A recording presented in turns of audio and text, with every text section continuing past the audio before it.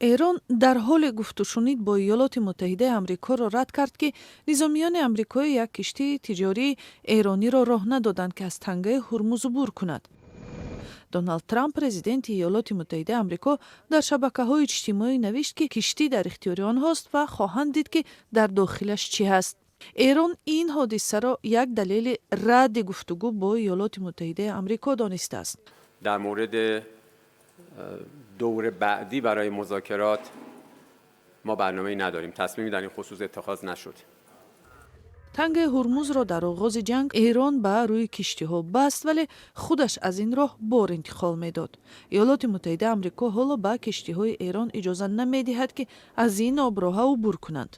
تا آغاز جنگ 20% ذخیره‌های نفت جهان از کشورهای عربی طریق این آبراه انتقال می‌یافت. بستن این راه اقتصاد دنیا را به مشکل گرفتار کرده است. ایالات متحده آمریکا و اسرائیل روز 28 فوریه به ایران حمله کردند.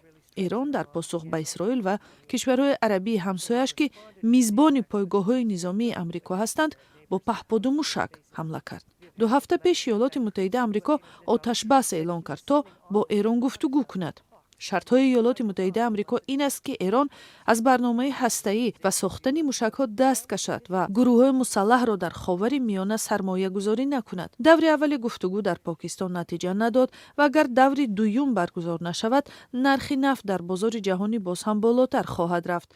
مهلت آتش بس هم این هفته به پایان می‌رسد و اگر آن ادامه نکند، دوباره آتش جنگ منطقه را فرا خواهد گرفت.